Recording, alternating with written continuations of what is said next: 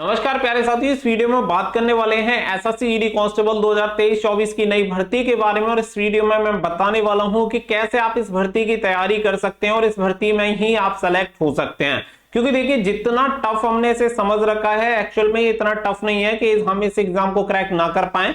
अगर हम सही तरीके को फॉलो करें, सही प्लान्स को अगर हम पहले से ही बना के चलें, तो डेफिनेटली आप इस एग्जाम को निकाल सकते हैं और एसएससी ईडी कांस्टेबल में भर्ती हो सकते हैं। तो हर एक चीज के बारे में बात करेंगे। इस भर्ती के लिए कौन कौन सी चीजें जरूरी हैं, जिनके बारे में आपको पहले से ही ध्यान रख के चलना है, जिससे कि आपका एग्जाम निकल पाए, साथ ही में आप इस भर्ती प्रोसेस में सेलेक्ट हो पाए। तो वीडियो पसंद आए तो प्लीज वीडियो को लाइक शेयर कर दें और चैनल को सब्सक्राइब कर लें और बेल आइकन पर प्रेस कर लें, ताकि फ्यूचर में आने वाली अपडेट के नोटिफिकेशन आपको सबसे पहले मिलते रहें। फर्स्ट ऑफ ऑल आप सभी को बता दें कि देखिए, किसी भी भर्ती को निकालने के लिए यहां पे हमें सबसे पहले उसका ये समझना होता है कि सिलेक्शन प्रोसेस क्या है। क्योंकि भर्ती की हर एक स्टेज आपके लिए जरूरी होती है। अगर मान के चलिए कोई भी भर्ती प्रोसेस 3 स्टेज से होके गुजर रहा है, तो हमें तीनों स्टेज क्वालिफाई करनी पड़ेंगी।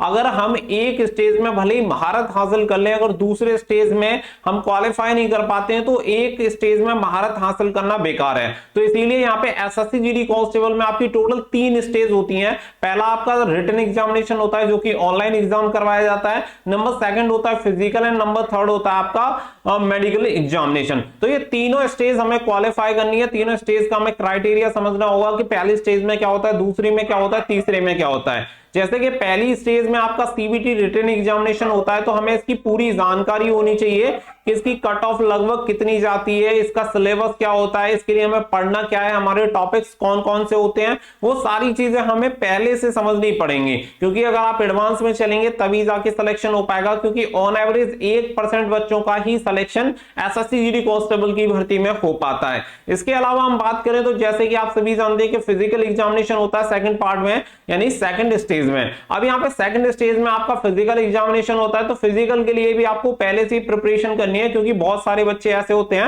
रिटन एग्जामिनेशन में अच्छे खासे मार्क्स लेके आते हैं, लेकिन फिर भी यहाँ पे फिजिकल में डिस्क्वालीफाई हो जाते हैं। इसका रीजन क्या है कि रिटन एग्जामिनेशन क्वालिफाई हो जाने का वो इंतजार करते हैं और उसके बाद अपने फिजिकल की तैयारी करते हैं, जिसकी वजह से उन्हें असफलता हाथ लगती है और वो अनसक्सेसफुल हो जाते हैं और नौकरी नहीं मिल पाती। इसी तरीके से जैसे कि थर्ड स्टेज में आपका होता है मेडिकल। जब बच्चा रिटन एग्जामिनेशन पास करके, फिजिकल पास करके मेडिकल एग्जामिनेशन के लिए क्वालिफाई होता है, फिर वो सोचता है कि भाई मेरी ये प्रॉब्लम है, मुझे अब सर्जरी करा लेनी चाहिए, इसका सॉल्यूशन क्या होगा। तो देखो, शॉर्ट पीरियड में किसी भी चीज का कोई सॉल्यूशन नहीं मिल पाएगा।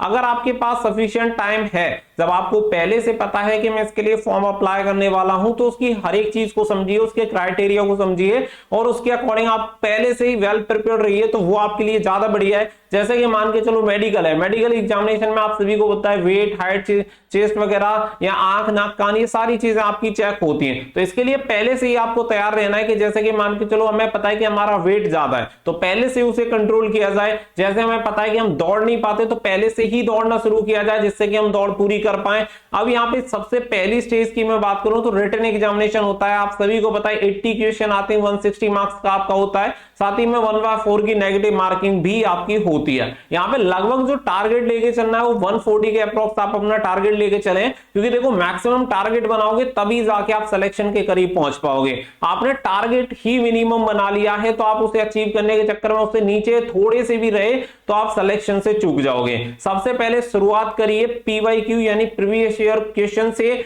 और सिलेबस से, जिससे कि आपको ये पता चल पाए कि एग्जाम में पूछा क्या जाता है। और प्रीवियस ईयर क्वेश्चन जब आप लगाएंगे तो आपको एग्जैक्ट पता चल जाएगा कि आपको आखिर पढ़ना क्या है। अगर आप प्रीवियस ईयर क्वेश्चन लगाना चाहते हैं तो आप सभी को एक बेस्ट बुक मिल जाती है पूजा पब्लिकेशन की।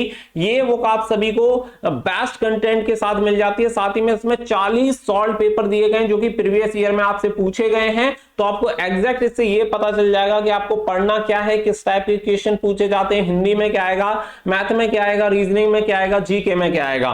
तो इस बुक का लिंक आपको वीडियो के डिस्क्रिप्शन में मिल जाएगा, आप जाके परचेज कर सकते हैं। साथ ही में इनकी कंप्लीट गाइड बुक आती है, उसे भी आप ले सकते हैं। अब इसके अलावा देखो, जैसे फिजिकल होता है, फिजिकल में आप सभी का हाइट, चेस्ट यानी कि पीएसटी आपका होता है। मेल कैंडिडेट के लिए हाइट और चेस्ट होता है और फीमेल कैंडिडेट के लिए केवल हाइट एंड वेट रहता है। इसके अलावा पीईटी यानी फिजिकल इफिशिएंसी टेस्ट में आपका होता है रनिंग, केवल रनिंग है और कोई भी इवेंट नहीं है। अब फिजिकल के लिए आपको पहले से समझना है कि मेल कैंडिडेट को 5 किलोमीटर की रनिंग 24 मिनट में क्वालिफाई करनी है, तो पहले से ही प्रैक्टिस करिए, वो आप सभी के लिए one of the best thing रहेगी। क्योंकि देखो हमें किसी एक स्टेज को क्वालिफाई नहीं करना है, हमें चाहिए सिलेक्शन, और सिलेक्शन चाहिए तो सभी स्टेज के लिए तैयारी करनी पड़ेगी। फीमेल कैंडिडेट है तो आपको पता होना चाहिए कि 1.6 किलोमीटर की रनिंग 8.5 मिनट में आपको कंप्लीट करनी है। पहले से ट्राई करके देखिए हो पाती है नहीं हो पाती है, कितना टाइम लगेगा वो बाद की बात है, लेकिन तैयारी करें वो सबसे जरूरी है। इसके अलावा लास्ट में आपका मेडिकल होता है, जैसे कि आपका आंख नाक कान बॉडी के सभी पार्ट्स चेक किए जाते हैं, कहीं पे भी कोई प्रॉब्लम है जिसे हम पहले से सर्जरी करवा के या किसी भी तरीके से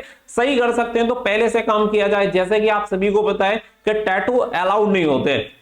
अब टैटू के लिए बहुत सारे बच्चे लास्ट में क्या है कि उन्हें हटवाते रहते हैं, मिटवाएंगे कुछ करेंगे, तो जब आप तुरंत उस काम को करवा रहे हैं उससे पहले आप सभी को बताएं कि आपको एसएससी जीडी में जाना ही है। क्योंकि देखो अगर आप पहले से तैयारी नहीं कर रहे हैं, इसका सीधा सा मतलब ये है कि आपके अंदर कहीं ना कहीं लैक ऑफ कॉन्फिडेंस है, आपको भरोसा ही नहीं है कि आप एग्जाम को क्वालिफाई कर पाएंगे। अगर आपको भरोसा है तो हर एक स्टेज के लिए पहले से तैयार रहिए। अगर आप इस तरीके का माइंडसेट बना लेंगे कि भाई मेरा फिजिकल भी होना है मेडिकल भी होना है, तो वो चीजें होंगी। जब आपने पहले से ये सोच रखा है कि पता नहीं रिटन एग्जामिनेशन क्वालिफाई होगा या नहीं होगा, फिर मैं दौड़ कर लूं तो दौड़ मेरी बेकार चली जाएगी। अब आपने पहले से ये सारी चीजें बना सकती हैं तो हो सकता है कि आप पास हो जाए, हो सकता है ना हो। तो जो चीजें अगर आप पहले से सोच लेंगे वही आपके साथ घटती हैं, इस बात को आप याद रखिएगा। तो अपनी पहले से तैयारी रखें, फिजिकल हो मेडिकल हो या फिर रिटन एग्जामिनेशन हो, सारी चीजों का एक वेल प्लान बनाएं कि हमें इस तरीके से ये तैयारी करनी है। और मान के चलो पहले रिटन एग्जामिनेशन हो रहा है तो फोकस रिटन एग्जामिनेशन पे रखो, लेकिन साथ में थोड़ा बहुत फिजिकल की तैयारी और मेडिकल की तैयारी भी करते रहो।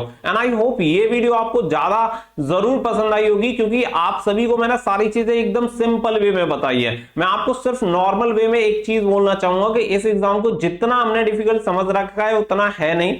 ये जो भी बच्चे डिसिप्लिन में रह के पंक्चुअलिटी के साथ अपनी तैयारी करते हैं वो एग्जाम को निकाल के ले जाते हैं आराम से। लेकिन जो बच्चे खुद पे ही भरोसा नहीं कर पाते तो दुनिया तो आप पे खाक भरोसा करेगी। तो सबसे पहले खुद पे भरोसा करो, उसके अकॉर्डिंग अपनी तैयारी करो और हर एक स्टेज की तैयारी करके रखो। उम्मीद करता हूं कि आप इस वीडियो को ज्यादा से ज्यादा शेयर जरूर करेंगे ताकि सभी बच्चे इससे अपनी तैयारी को कर पाए और उन्हें थोड़ी सी गाइडेंस इससे जरूर मिल पाएगी। तो वीडियो पसंद आई हो तो वीडियो को लाइक शेयर कर दें और चैनल को सब्सक्राइब कर लें ताकि फ्यूचर में भी अपडेट रेगुलर मिलती रहे।